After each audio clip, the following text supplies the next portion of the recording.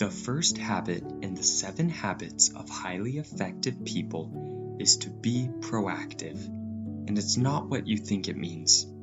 Being proactive doesn't mean getting things done on time. It means taking control of your life by shifting your mindset and choosing to become an active participant in your own life. If you want to learn how to become a proactive person, stay tuned and I'll explain how you can make being proactive into a habit. Stephen Covey, author of The 7 Habits of Highly Effective People, explains that most of us make decisions based on a social mirror. This social mirror shows our reflection based on what other people tell us about ourselves.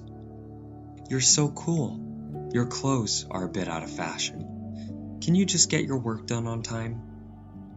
Most of us start to believe that what they are saying is true, and sometimes there is some truth ingrained in what they're saying. But nobody is perfect.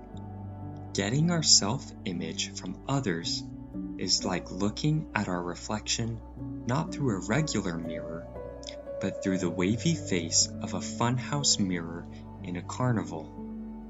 It distorts our self-image and causes us to think that we are somehow less of a person. In addition to getting our self-image from others, some of us look towards other ways of putting ourselves down. Genetic determinism bases our self-image on the decisions our ancestors made. It's like saying, my temper? I can't change that. It's just in my blood.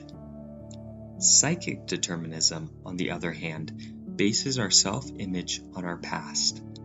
This is like saying, I can't change how I eat now. That's just how I was raised. And the last way in which we put ourselves down, and often the most destructive, is environmental determinism. This is when we blame our problems on the world around us.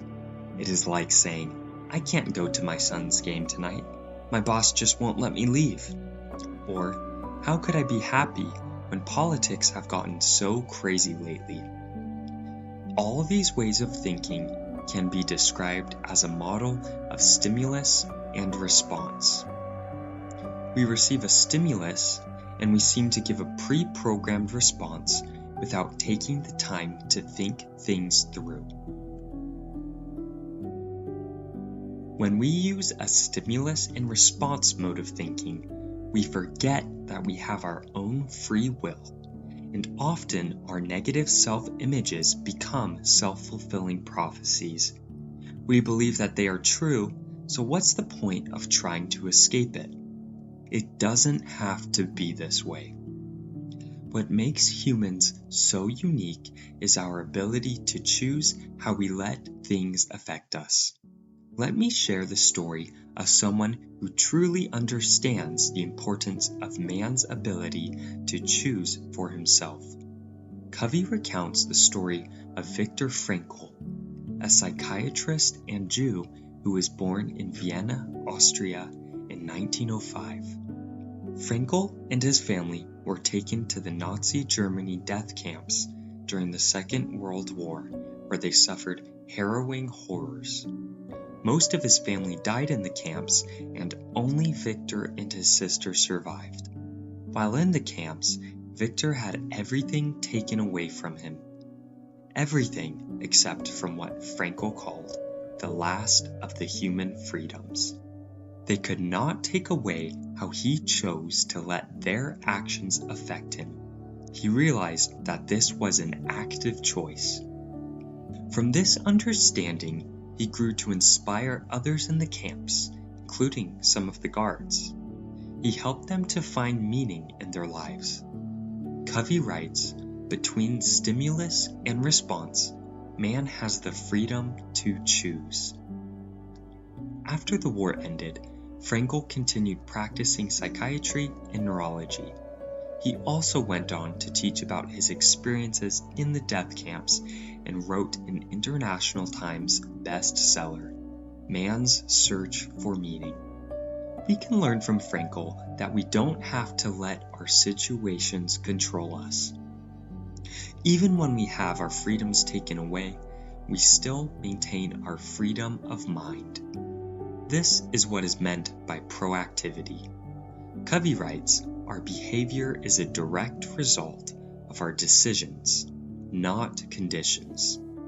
He explains that we need to become responsible for our actions and for our thought processes, regardless of our circumstances. Many of us blame our circumstances for our inability to act, but it is not because of our circumstances. It is because of a weakness of mind, a lack of faith that we can create the lives that we want for ourselves. Covey writes, "Highly proactive people, they do not blame circumstances, conditions, or conditioning for their own behavior. Their behavior is a product of their own conscious choice, based on values, rather than a product of their conditions based on feeling." We understand that we can enhance our stimulus-response model, adding the third and most important step, freedom to choose. From freedom to choose, we are able to fashion our lives as other effective people have done before us.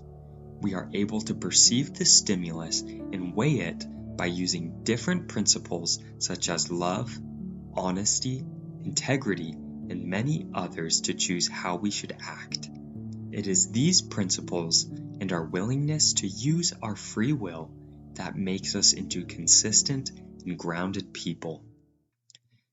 Think of a situation or a person who uses only the stimulus and response model as their way of dealing with new situations. They are like a balloon tied up to a fence. When the weather is nice or the circumstances easy, they float happily in place. But when there is a storm on its way, the wind picks up and the circumstances become difficult. The balloon is frantically blown back and forth. Now, think of a second person who understands that they have the freedom to choose and uses our new model with 3 steps. Importantly, they are actively choosing to ground themselves by using true principles. This person is like a rock under a waterfall. Whether the river has a weak or strong current, the rock does not move under the falling, sometimes bombarding stream. When we choose to become like the rock under the waterfall, we are choosing to be proactive. Think about those around you, friends, family, coworkers, or acquaintances. Think of someone and ask yourself, does their attitude change when circumstances change? Do they get upset when unexpected events pop up in their life? Now, unless you're thinking of someone who understands their freedom to choose, your answer is most likely yes. Let's look at a story of someone who used a proactive mindset. My wife works in a hospital where she has the chance to interact with patients on a daily basis. Being in a hospital or being sick can be a stressful place and time for patients. One of the patients my wife had the pleasure of helping was a man in late-stage leukemia. His situation was dire, and he knew that he was close to death. Despite his situation, the man was very pleasant to be around and tried to brighten the medical staff's day. Despite his difficult circumstance, he chose not to let it defeat him. Instead of giving up, he combined his circumstance with his values and continued to try and exercise to keep his body in the best condition possible. He also continued to love and support his family, often talking to medical staff about how if he were to ever make it out of the hospital, he would like to continue going on adventures with his brother. The man passed away after only a few months in the hospital. My wife says that he was an inspiration for the medical staff and helped to brighten all of their days. This man truly encapsulated what it means to be proactive. Now think of what you could do and accomplish if you didn't let your circumstances weigh you down, but instead ran them through the filter of your values and principles before choosing to act. Imagine doing this not just sometimes, but all the time. Imagine just how fulfilling and worthwhile your life would be. If we want to be in control of our lives and stop being pushed around, then we need to become proactive people. Covey offers a useful tip into gauging whether or not we are in a proactive mindset. He says that we simply need to observe what kind of language we are using. We can tell when we are in a reactive mindset by how we frame our thoughts and language. We might say things like, "There's nothing I can do. That's just the way I am. He makes me so mad. They won't allow that. I have to do that. I can't, I must," or "if only." When we detect that we are using reactive language, we should try to ground ourselves and our thinking to true principles. Starting with proactive language is helpful.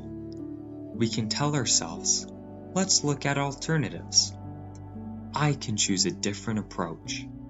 I control my own feelings. I can create an effective presentation. I will choose an appropriate response. I choose, I prefer, I will." The second tool that Covey gives us is a model known as circles of concern and circles of influence. These circles can vary in size and grow or shrink according to how much influence we have over our situations and what we are presently concerned about. Problems arise when our circle of concern is larger than or smaller than our circle of influence. When our circle of concern is larger than our circle of influence, we become stressed out over things that we are unable to change. Many of us fall into the trap of focusing on politics or the lives of celebrities, when in reality, most of us have no control over how politicians act or how celebrities live their lives. On the other hand, when our circle of concern is smaller than our circle of influence, we start to neglect things that are important. We spend too much time at work and not with our families. We focus on small and petty things like fashion or money over the relationships we have with others.